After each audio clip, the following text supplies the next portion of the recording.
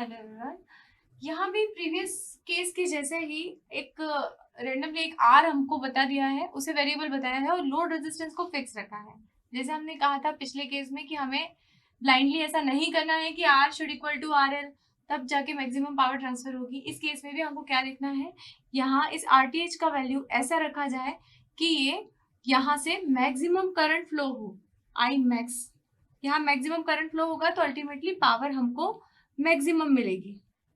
यहाँ से maximum current flow होने के लिए हम क्या जानते हैं, करंट क्या होता है, पैरेलल में डिवाइड होता है। मान लीजिए यहाँ से कोई करंट आई आ रहा है, तो यहाँ पर यदि मैं कुछ जीरो वैल्यू सेट करती हूँ तो क्या यहाँ पर मुझे कोई करंट मिलेगा? नहीं मिलेगा। यहाँ मैं मिनिमम वैल्यू कुछ सेट करती हूँ तो यहाँ मुझे रेजिस्टेंस का वैल्यू यदि मैं कुछ मिनिमम सेट करती हूँ तो यहाँ मुझे करंट नहीं मिलेगा। रेजिस्टेंस का वैल्यू यदि मैं मैक्सिमम सेट करती हूँ इन केस ऑफ दिस, तो यहाँ मुझे मैक्सिमम करंट मिलेगा। क्यों?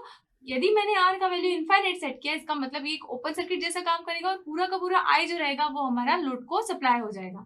इसीलिए ऐसे केसेस में आपको ये ध्यान रखना है कि वो जो एलिमेंट है जहां आपसे बोला गया है अननोन है, हमको वो देखना है कि उसका प्लेसमेंट कैसा है, वो सीरीज में है, वो पैरेलल में है, या उसके जीरो होने से करंट पे आई मैक्स पे क्या फर्क पड़ रहा है, आई एल पे क्या फर्क पड़ रहा है, ये हमको देखना होगा। तो इस केस में ये जो आर का प्लेसमेंट है वो पैरेलल में है, और यदि इसका वैल्यू मैंने जीरो रखा, आर का वैल्यू, तो यहाँ करंट जो रहेगा वो नहीं जाएगा और पावर जीरो मिलेगी। यदि इसका वैल्यू मैंने इनफाइनाइट रखा तब मुझे करंट मैक्सिमम मिलेगा। इसलिए इस केस में R should equal to infinite for maximum power transfer to the load.